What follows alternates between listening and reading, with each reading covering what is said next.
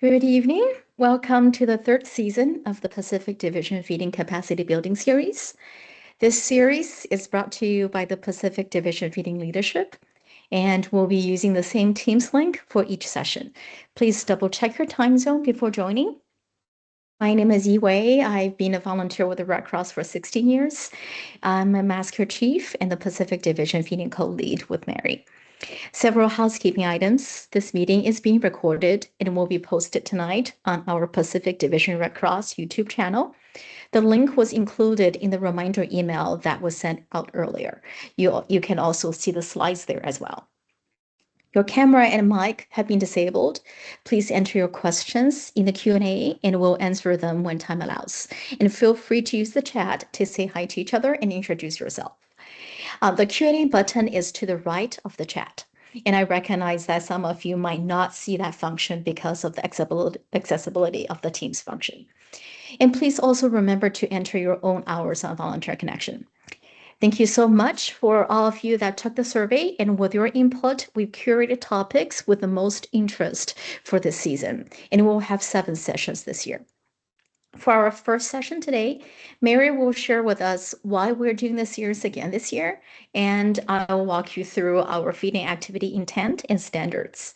And we'll end with a live demo on how to use OneSource to search for up-to-date task sheets. And with that, Mary, please take that away. Thank you, Iwei. So I just want to bring to everyone's attention that we are so fortunate to have Iwei Chen join us as the Pacific Division co-lead. Last year she did this series out of the goodness of her heart. She helped us tremendously. And just a big shout out and a huge thank you to Iwei for all her support. And we're thrilled to have her as our co-lead for Pacific Division. Thank you, Iwei. So, why the feeding series? Well, quite frankly, we want you. We want all of you to join us in the feeding activity. Whether you have your feeding gap or you're a shelter worker and you're around when feeding is happening, we truly, truly want you to join us. And one of the reasons we want you to join us, next slide, please, is because feeding is really fun and exciting. You get to go wherever the clients are because we take food to them. If you're part of a kitchen, then you're a part of an expanded community. So not just Red Cross volunteers, but volunteers from other organizations that you get to mix and mingle with and learn about them and become great friends and colleagues of them. You get to see the food being cooked, and then you take that food and you get to serve it. So it's really quite fun to be in the feeding activity. Next slide. Probably the most important thing I believe about feeding is that you get to provide great comfort to clients in their worst day ever. There's something to be said about sharing a meal with someone, sitting down with them, listening to their stories, maybe giving them a hug or patting them on the back, but just give them your ear and listen. And it really means a lot to our clients. Next slide, please. So I'm going to clarify, feeding is not going away as previously stated. I know we've had several people say in the past the Red Cross is no longer doing feeding. That's not exactly true. And I'm really trying to clarify for everyone, feeding is just evolving. We're beginning to use partners more to do the feeding and local vendors rather than the Red Cross doing the cooking in Red Cross kitchens. We don't have kitchen trailers anymore. We don't have buildings that have kitchens anymore. We are just evolving the feeding activity. Next slide, please. So thank you for all of you that filled out the survey, because one of the things that kept coming up is we really want to learn more about how to deliver in the various ways we feed. So the various feeding activities in various settings was very important in the survey. So we're going to talk about that in this feeding series, not tonight, but in the whole series. One of the things that we're going to try and do in this series is ensure that the clients, the volunteers, and the staff receive safe, healthy food items for their meals and snacks. Remember, we're not doing the cooking anymore, but we are contracting for that. So it's going to be our job to make sure it's good, healthy, comfort food. We also want to make sure that the shelter cuisine is elevated to an experience that comforts as well as nourishes. I know the new standards, and Iwei's going to go over this, and it talks about um, feeding for sustenance. And that's true. But we also are feeding for helping people get back on their feet. And one of the ways they do that is they begin to feel better about themselves. So we're not, even though we talk about nutrition, we're really talking about food that makes people happy.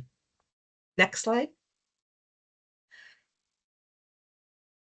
So the goals for our series, some of the goals are to empower all disaster workers with knowledge and skills to work safely with food and provide a comforting meal atmosphere for clients. And we're going to talk about this in later sessions, but there's nothing wrong with people who are working on in feeding going down in the shelter and sitting with clients during meal times. As a matter of fact, we encourage that for a couple reasons. We'll get to learn, is the food what they like? Is it meeting their needs? And they get to tell their stories to us. One of the other things that we're going to be able to do is identify different types of feeding operations. Again, we're not going to talk about specifics tonight, but you're going to learn about mobile feeding. We're going to spend time on field kitchens with partner kitchens. So hopefully you'll get a really good depth and breadth of all of our feeding activities. Next slide. And the last couple of goals, the whole idea about this is to develop the competence in delivering the feeding activity. And a lot of that has to do with paperwork. And yes, I know we all hate paperwork, but it has to be done. But it's not hard. And more, it's getting streamlined. And so we are going to have an opportunity to not only show you how we're doing it now, but preview a little bit of what's coming so that that particular task becomes very easy and very streamlined. And the last one is just helping you build the confidence in locating and accessing information, or what we're calling now task sheets, to assist in accomplishing these tasks. I will be the first to raise my hand. I get lost in one source all the time. But Iwei's going to show you some really cool things that have been developed that are going to make it so easy. When you want to look up one specific thing, I can probably guarantee you there's a task sheet for that. And it's not pages and pages and pages of words. It is bullet points in an outline form, probably one sheet. So we really are excited about this whole series, but it's because you guys gave us the feedback. You didn't want the same old, same old. You wanted some different things, and hopefully we've captured what you've said in the surveys, and we're off to a great start this year. Thank you everyone for joining us. And if you would be so kind as to please put your region in the chat so we know we're reaching everyone we want to. Thanks, Iwei. Back to you. Thank you so much, Mary. Allow me a few seconds to switch the slides. No worries.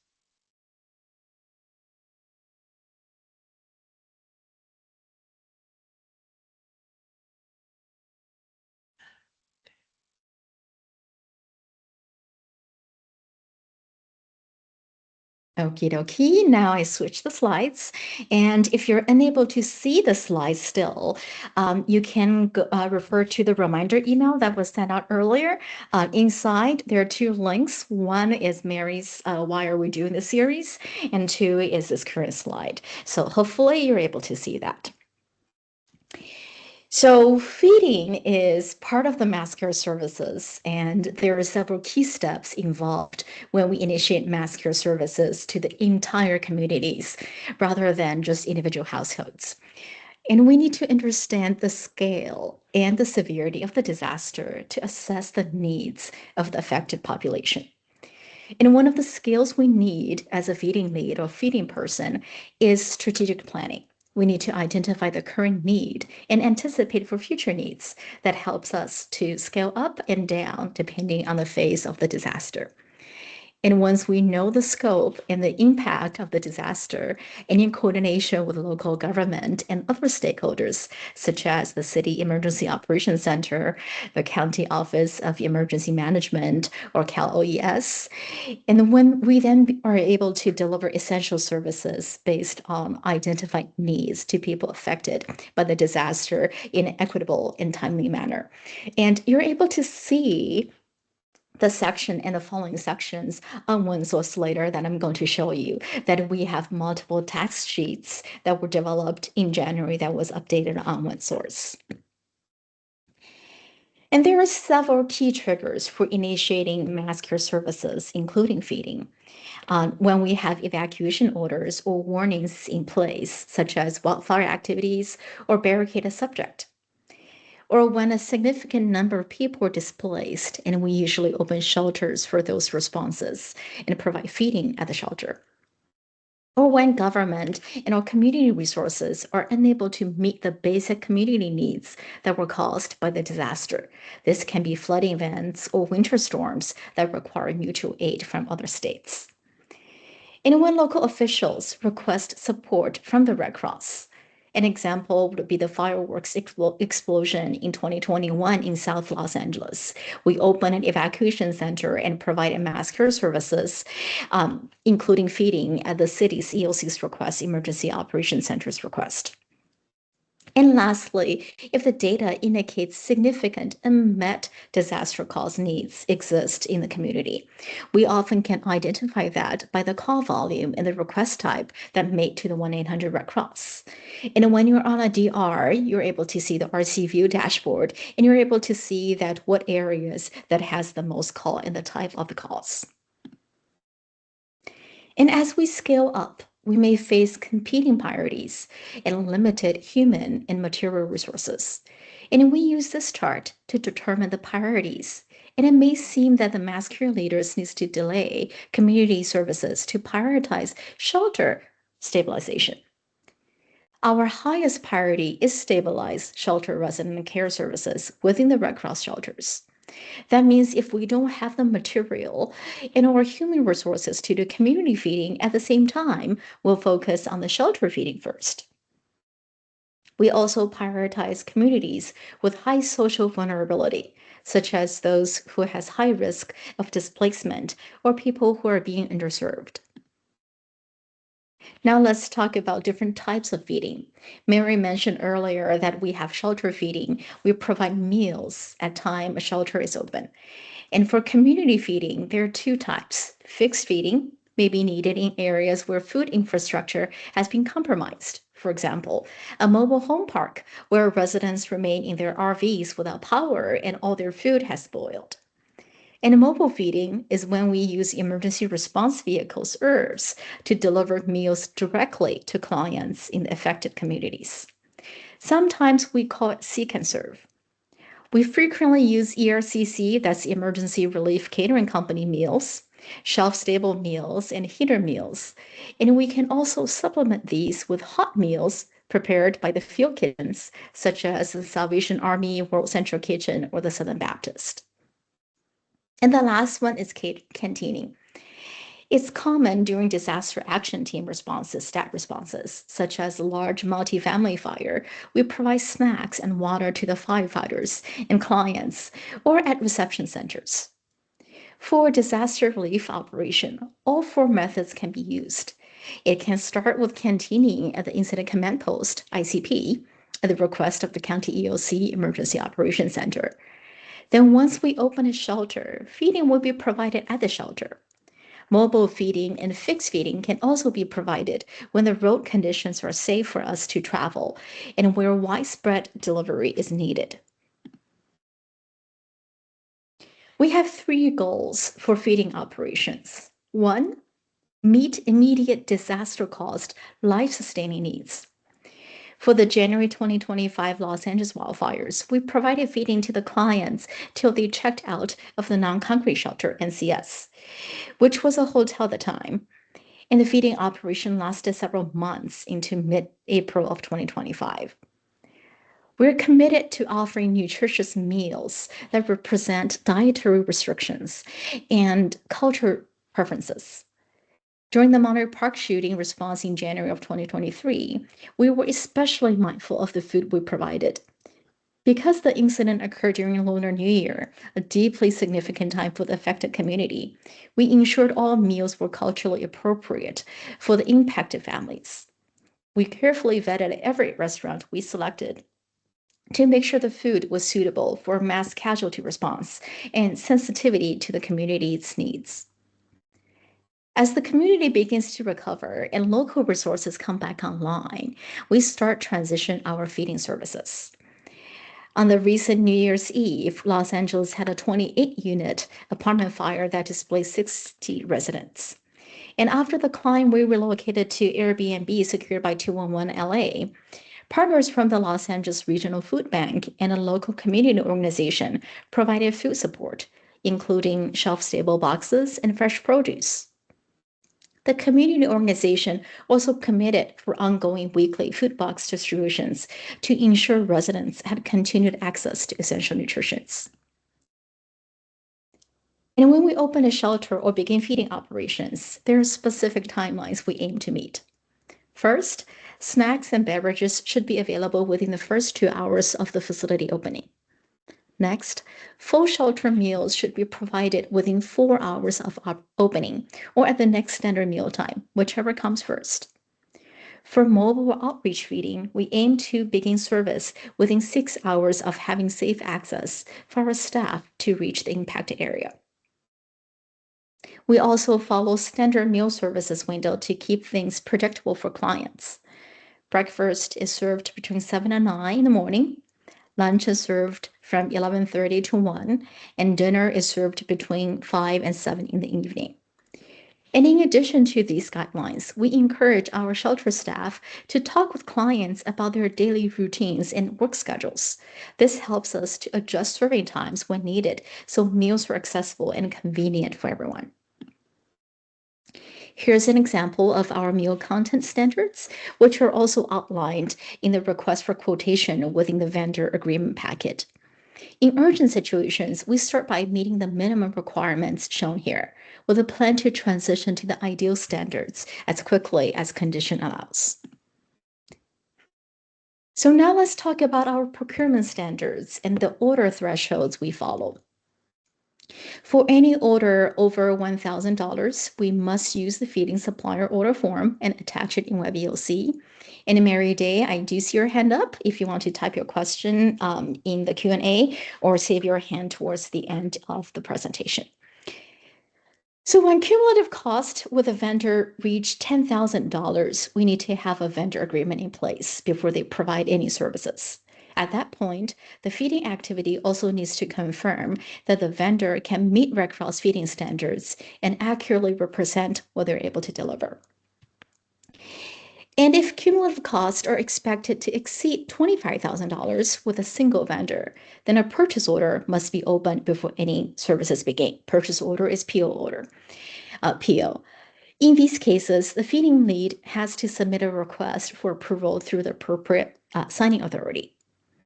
There is one exception, just-in-time procurement. These are urgent, short notice feeding needs under $10,000 and within a 48-hour window. They do not require a vendor agreement, but they should be used sparingly and only when absolutely necessary. Any urgent situations, purchase credit card, that's P card, or mass care procurement card, MCPC, may be authorized to acquire food needed for that specific meal period. And I recognize that this might be difficult to remember. And the good thing is everything is on one source if you search on meal procurement standards. And when selecting food vendors, there are a few key requirements we follow. First, all meals must be prepared in kitchens that are certified or licensed by the state health department. Second, vendors need to be able to meet our minimum meal component standards, which you saw earlier. They also must be able to accommodate dietary restrictions and culturally appropriate food requirements. In addition, vendors have to comply with all food safety requirements at every stage of preparation and delivery. And while this is not a requirement, we do give preferences to vendors that have prior disaster feeding experiences because we're often better equipped to operate in fast-changing environment. And here's what we require from our feeding suppliers. A signed supplier agreement, which you can find on OneSource, a completed request for quote, a non-binding letter, and proof of their current health department certifications along with their W-9. For purchase orders over $25,000, our payment terms are 2% 15, net 45. That means the American Red Cross will take 2% discount on the invoice if we're able to pay within 15 days. If not, we'll pay the full amount within the 45 days.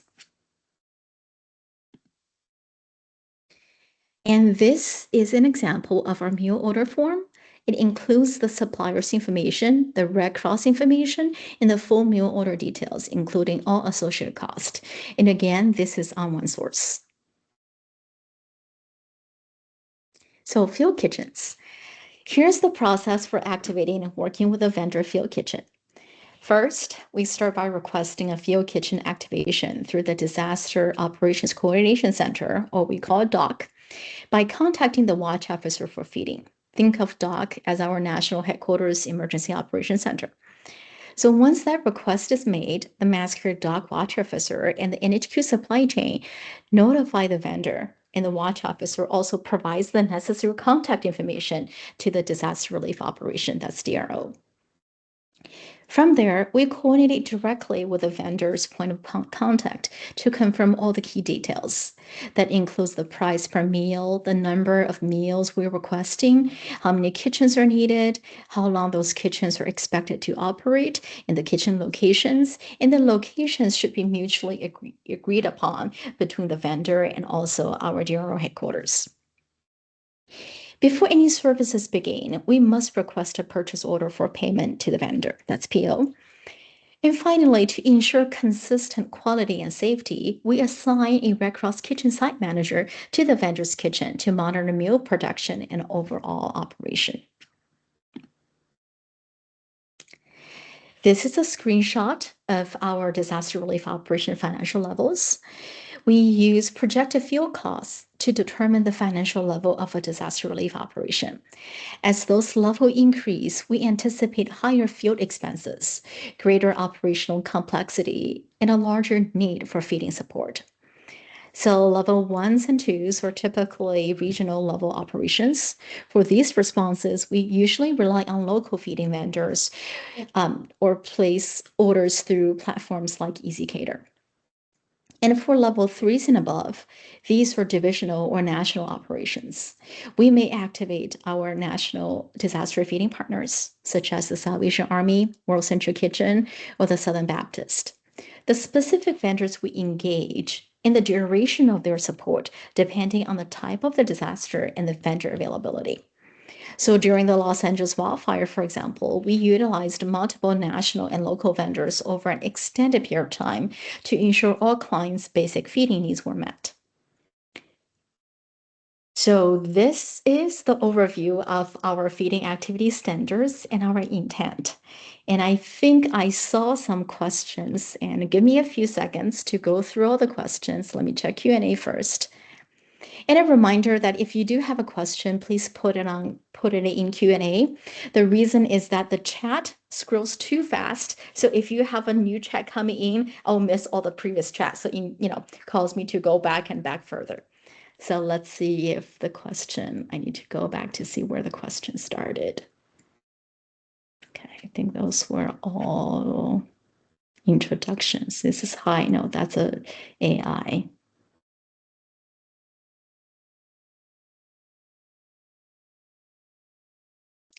So, Roy, that's a really good question. The question is, what if you don't think the total will exceed 25,000, but the activity is extended, eventually it does. Should you request a PO as soon as it becomes apparent, it will exceed 25,000? The answer is probably yes. And the reason I'm saying probably yes instead of a definite yes is that one of the part that being a feeding manager is your ability to have the strategic planning part, the forward thinking, the forecasting part.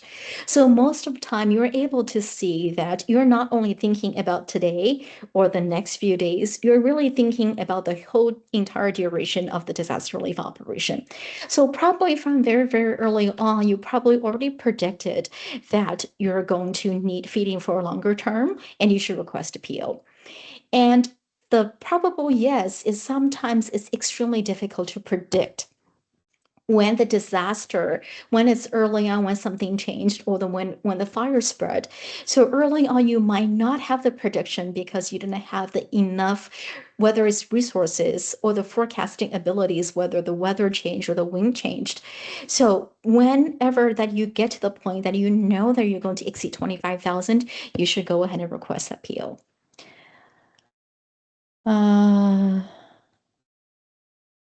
Okay, let's see. I don't have the ability.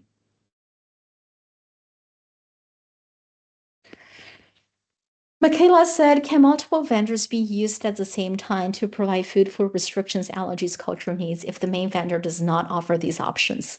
Definitely. For the most recent Washington floods, that Mary was the feeding manager, that we use multiple vendors because of the vast geography that we have to cover, and also because many people have different dietary restrictions and also culturally sensitive needs. So definitely you can use multiple vendors. You can even use multiple vendors for lunch versus dinner. Okay, let's see the Q&A. Okay, I think it's the same thing. Okay, do we have any other questions before I go ahead and share my screen and take us to the one source?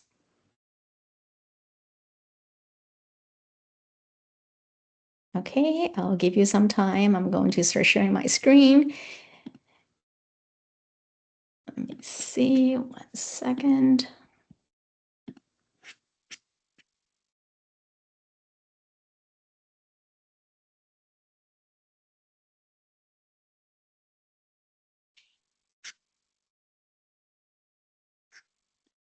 Right, different vendors is extremely common to use, even for a small, level 1 or level 2 operations.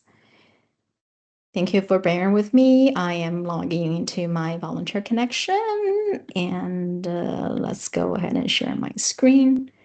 And as we think about vendors, they don't necessarily just have to be brick and mortar vendors. Don't forget your food trucks as long as they have the state or county health department certificate. Okay, can you give me, Mary, Yes, can you confirm that you can see my screen? yes, Volunteer connection. yes, we can see it. Okay, perfect. Okay, so I'm going to start from the very, very beginning to take us to one source. One thing I learned from the Washington floods in December and January was that many people that didn't really know how to use one source or what keywords to type or the functionalities of one source. So we'll start from the beginning. So this is my volunteer connection homepage, and you will find one source right under your name. So there goes one source. And you're going to log in, use your credentials. I'm a volunteer, so I'm going to click volunteer. Because I was in earlier, I didn't have to enter my password again. But in the event that you were not, or you didn't log in for the first time, you would have to enter your volunteer connection, which we call one source logging again. So I'm going to show you two different ways of searching. One is I know exactly what I need to search for. So here's the the box that you can search. I want to know the feeding toolkit because I know that in January we had a huge update on the feeding toolkit. So I'm going to type feeding toolkit and see what comes up. So this one shows Feeding Toolkit, and it tells me that it was last updated in January 2020, 22nd of 26. So that's pretty recent, about, a little over a month. So I'm going to go on there. And before I go any further, there are several features on here that I want to show you. Number one is on the very, very top. Maybe I can make this bigger. On the very, very top, you'll see here it says unsubscribe. The reason it says unsubscribe is because I subscribe to it. So what I recommend you to do is you click the subscribe button. What it does is it'll let you know when there's an update to this page. And where can you see the update? If you click your human icon, your profile, and under subscriptions, you can see all the updates. And look, the Southern Baptist Disaster Relief Kitchen site setup and preparation was recently updated. It was updated 11 hours ago. And the shelter resident transition functional plan was updated 3 years ago. I mean, 3 years ago, 3 hours ago. And the DES activity roles and reporting, I don't believe this is up yet. The last I checked, it was not up. So it is in the upcoming that is going to get updated. So that's the first thing I'm going to recommend. You can also go ahead and put as a favorite.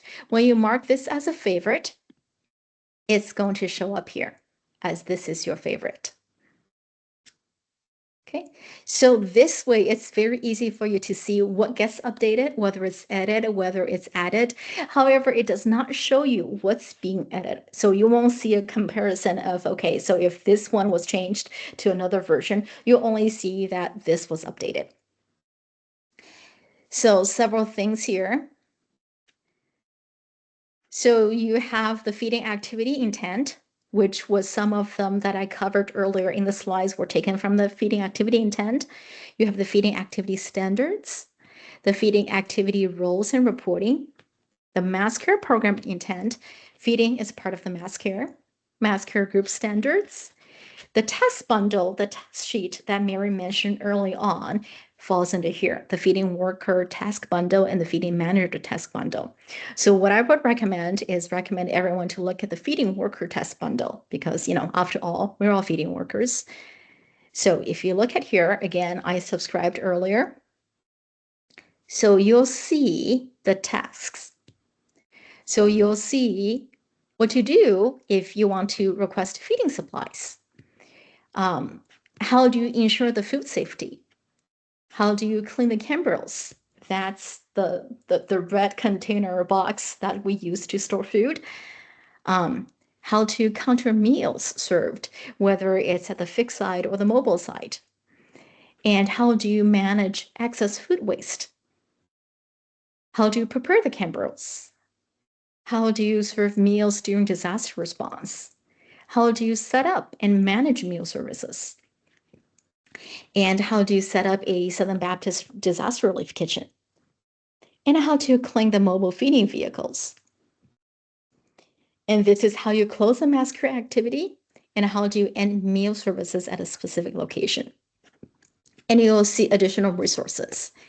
And if you have any questions regarding whether it's the content, whether it's you want to know more about feeding during steady state, which is blue skies when you don't have a disaster, you can contact feeding@redcross.org. So now another key feature that we have here is that if you have a question or you think that there's a typo there, or you think that it no longer applies or whatnot, you can report content to the author. So that goes directly to the author of this page, which is usually the NHQ feeding. You can type your comment here and you can click submit comment. So they'll receive it on their end. I'm going to pause here to see if anyone has any questions. I need to switch my screens.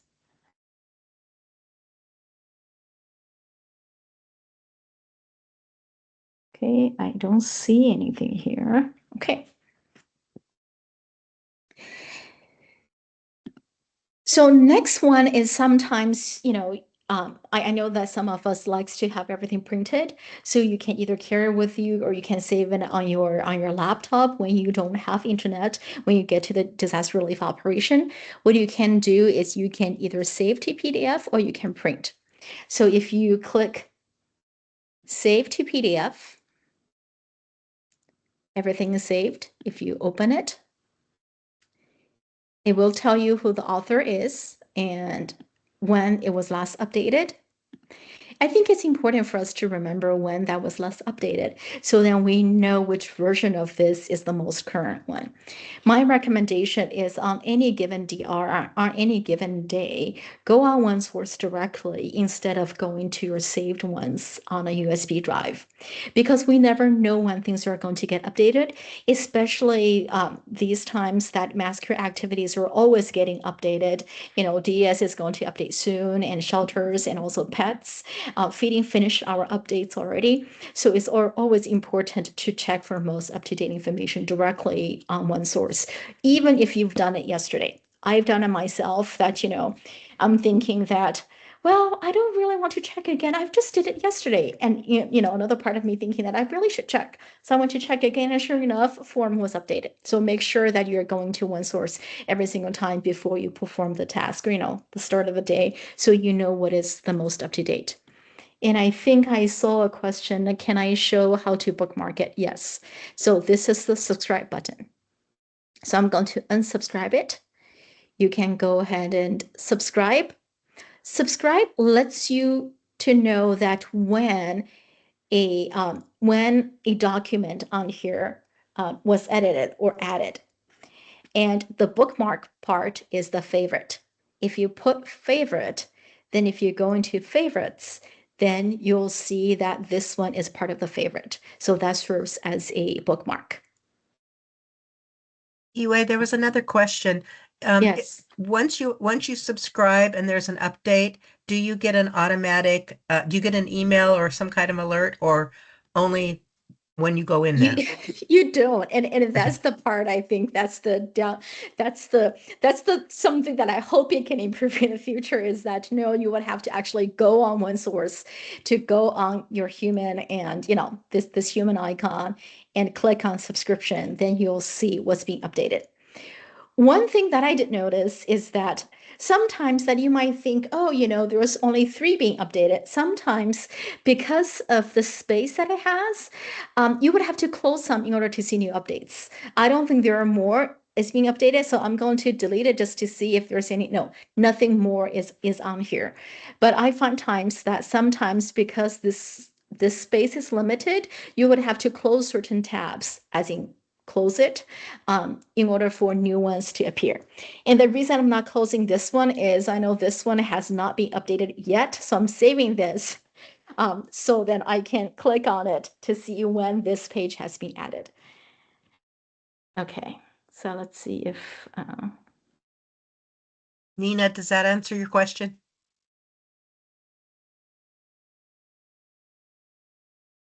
I think it does. okay. I don't see anything else. Mary, do you? I'm No, on both my I'm laptop and my tab to see if there are anything else. Okay, so let me go back. Okay, so now let's say that I really don't know what I'm looking for, or that, I am new to feeding. I don't know what is everything included, and where would I search that? Then when you don't know what you're exactly the sheet that you're looking for.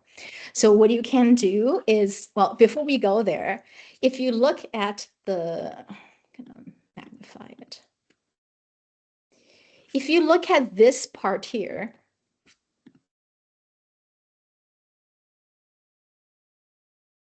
you'll see that you're here. So how we got to this feeding worker test bundle is we went from home to mission services to DCS to mass care to feeding. And that's how you would get to the part to this page if you didn't know, the specific ones you're going to search for. So let's pretend we're going to go back to the home page. This is when you initially will come here. And DCS falls under mission services. So we're going to click on mission services.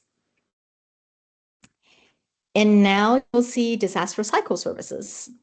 So click on disaster cycle services. So now you'll see multiple things here. You'll see the first thing you'll see is the annual operations order, the op order for 2026. And I encourage everyone to read it. I know it's long. I know it gets complicated. I encourage you to read it, especially during disaster relief operations, so you know what's most up to date. Then you'll see the disaster service field calls. You'll see several quick links. Feeding is not on one of those quick links. What you can do is if you want to go to the left side of the screen, so you'll see disaster cycle services, and underneath you will see mass care. And now you will see feeding. So one more time, from the home page, you'll go to mission services. Then you'll go to disaster cycle services. And to the left, you'll see mass care and click on feeding. So now this here, if you read the very top, it says the listing below contains resources related to feeding on a disaster relief operation. So this is everything that you need. So earlier, when we searched for Toolkit, not everything popped up because you would have to click into individual links. However, if you're using this method, you'll see 77 pages in this category listing. Such as mass care planning, using the regional plans on disaster relief operations, the organizing mass care group leadership. So this, you'll see that it also has a subscribe button.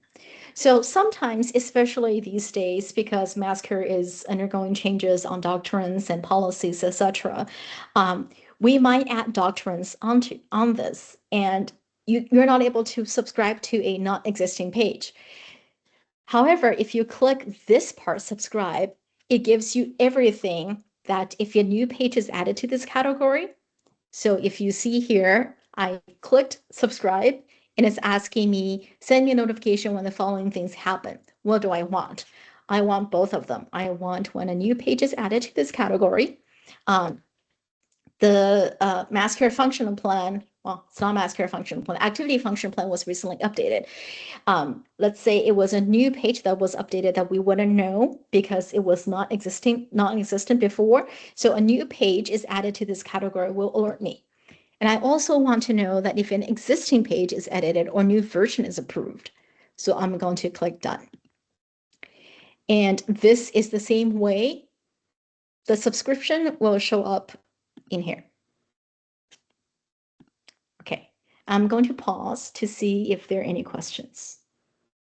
Mary, can you help me to see if there are any questions? I am looking, and at this point, we're good. Very good. Okie dokie. I hope I'm not boring people with this. I hope you find some value to it. Another part, what you can do is you can find the batch release.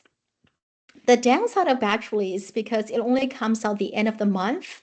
Let's say something got updated in the beginning of the month, you wouldn't know. So I would recommend those two methods, or something that you want to search that you know exactly. Let's say you want to know vendor agreement.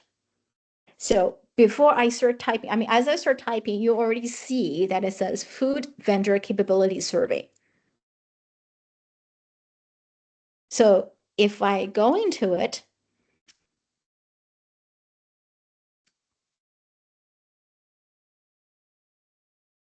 you'll see this is part of the thing that, if you recall earlier, this is part of the list that we sent to the feeding vendors to see what their capabilities are, including, the meals, their price, and if they can do delivery or if they can, be picked up, etc. So that's how you find all those here. And again, same thing, report content to author. You can do a subscribe, you can do a favorite, you can see when it was last updated and when it was first published. Okay.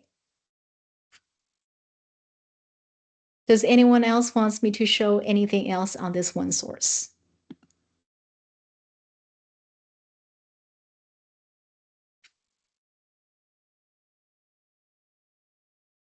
Okay, let me go to Q&A. Here we have a question that are supervisors allowed to order a meal from the vendors for the workers? That's a great question. Mary, would you like to take that or would you like me to take this? Sure. Well, I think we both can take that because the Okay, answer is going to be it depends. Um, I agree. there are so many factors that go into that. And let me just throw out a few. But first, I'm going to say always check with your supervisor, either the mass care chief or the AD of ops, whoever you're reporting to. They will check with the job director as to whether or not you're going to be feeding the volunteers. Now, when you think about where are the volunteers, are they in a very, very remote shelter and there's nothing for them to go and buy their food, their meals, or there's only two of them and one of them can't leave the shelter. It happens to be a small shelter because it's remote. Um, you know, when the night crew comes in, are they going to be able to is there anything around that they could buy? Chances are not, for their dinner because they've been sleeping all day. So there are so many variables to consider. And your best course of action is let the DR, the job director, make that decision. And one of the things we never talk about is, there's always some feeding that's happening, especially the first week or 10 days at HQ. For the LA fires last year, I think we had 176 people that we were feeding at HQ for the beginning, for the first week or so, because obviously it was so intense nobody could even get out of the building. So I hope that's not a vague answer, but it's truly how it happens. In some cases, I do feed the volunteers when I'm the manager. In other cases, it's no, you have a mission card, go use that. But I always check that out with my job director. Anyway, do you want to add to that? Thank you so much, Mary. Um, um, I agree with Mary on this, it depends on the situation. And I think what Mary meant when she said check with the job director, she doesn't mean that you as a field supervisor checking with the job director No. directly. What she meant is you as a supervisor out in the field, you will check with your supervisor, which most likely if you're doing feeding, your supervisor will be the feeding manager at HQ. And the headquarter feeding manager will check with the mass care chief, and the mass care chief will go ahead and check with the assistant director of operations along with concurrence with the job director. So not we as a field person to check with the job director directly. And that being said, you can when you get the go ahead and says yeah go ahead and order, there are multiple ways that you can order. It can be what Mary said, you can use your mission card, and they themselves, the workers, can also use their mission card to pay for those, or that you can also use your MCPC card, mass care procurement card, to order meals along with the clients. And sometimes as a supervisor, getting directions from the HQ, the feeding manager might tell you that, hey, can you go ahead and place an order for me? This is, this is the parameters, how many meals you can order and the budget that you're going to order from those meals, and go ahead and place it. So to simplify, the answer is yes, and check with your supervisor before placing the order and before getting to yes. And let's see, the next question is, I need to find out where the next question is. I have one in the chat anyway. Okay, go ahead. How does Red Cross handle religious dietary restrictions for the shelter clients? Uh, we accommodate those religious diets.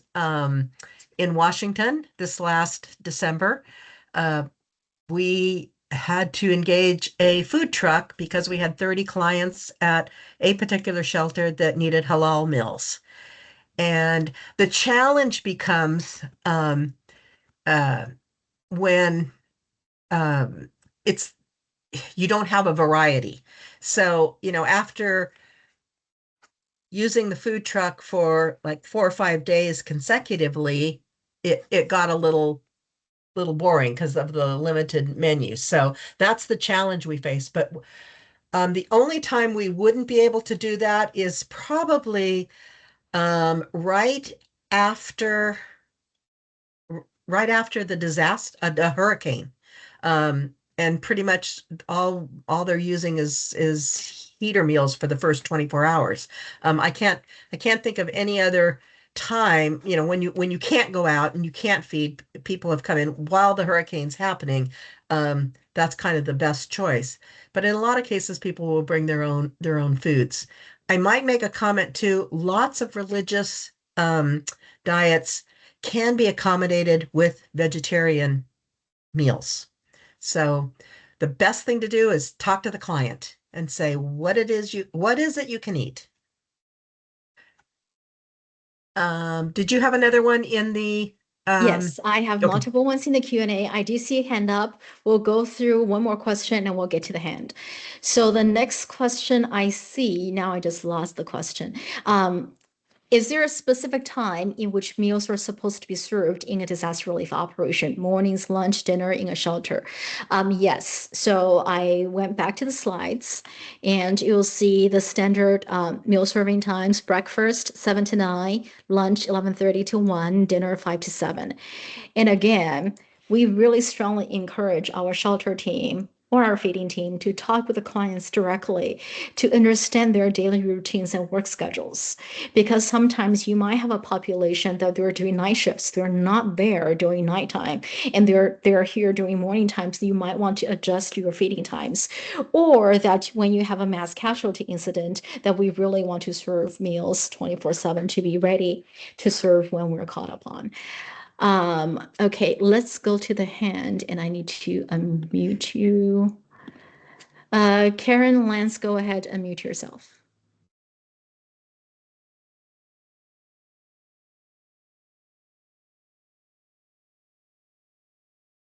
Karen Lance, you now have the ability to unmute yourself if you can come off mute. If not, if you want to type your questions in the chat or Q&A, and we can get to Well, it. while she's coming off mute, let me just say, one other example that you might be altering those times is if you have a small shelter, um, and you don't need to feed for breakfast for 2 hours, depending upon the the number of clients that you have in the shelter. Um, Zane just posted that we now have halal MREs available. Thank you, Zane, for letting us know that. That's wonderful news. And he says they're pretty good. Thank you so much. And another question of, do we adapt feeding times? Yes, we do. Yes. And again, the adaptation really is client based. So we're going to talk to, when I say we, I mean our sheltering team, our field team, talking to the clients to understand their needs. Some of them, I think one of the biggest, I wouldn't say challenge, but uh, when we order excessive meals is when people are going to work and they don't come back for lunch, and we order lunch for them without knowing that they won't come back for lunch. So that's something you take into consideration.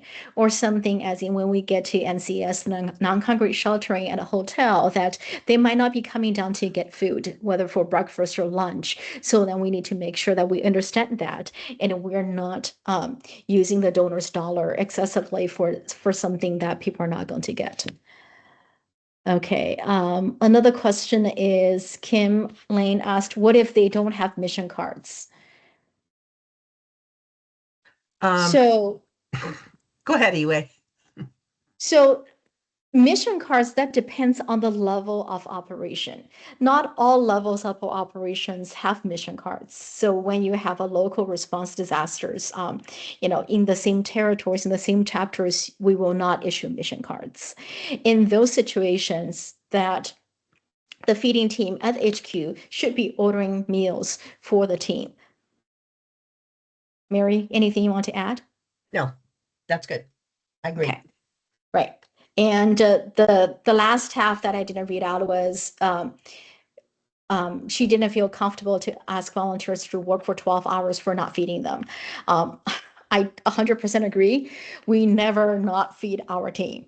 So when we say we feed people, we don't only feed our clients, we feed our workforce as well. The same thing with headquarters. When we operate in headquarters, we always feed our headquarters people as well as part of the HQ's responsibility.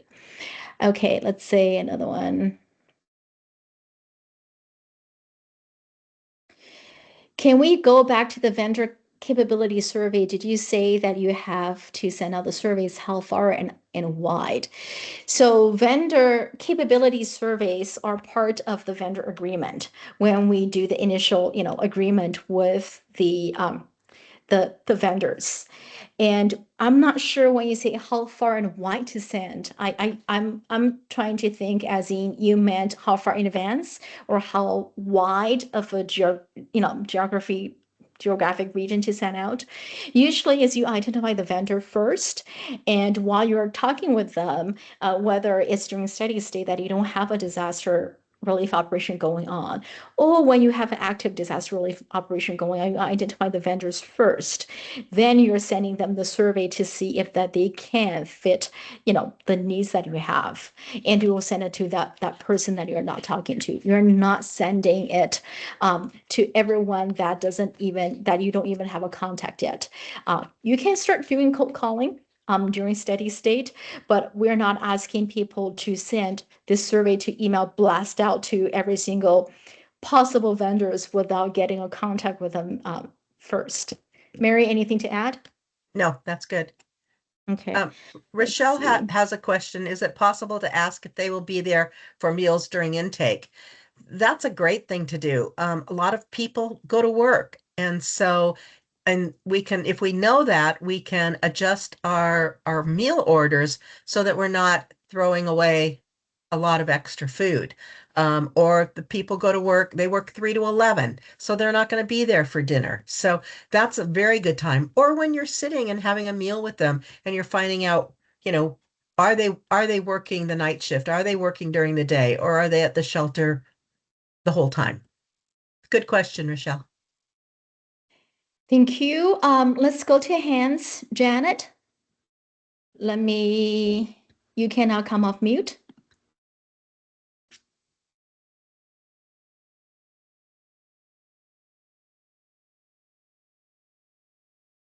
I do not see a last name on Janet. Janet, if you're not able to come off mute, you can type your questions in the chat or Q&A. Scott Fairfield, you can come off mute. Yeah, my question was, I mean, there's been a lot of discussion on feeding workers. One of the problems we have is a lot of our remote, locations where we're setting up shelters and doing DROs, where we're housed is an hour away.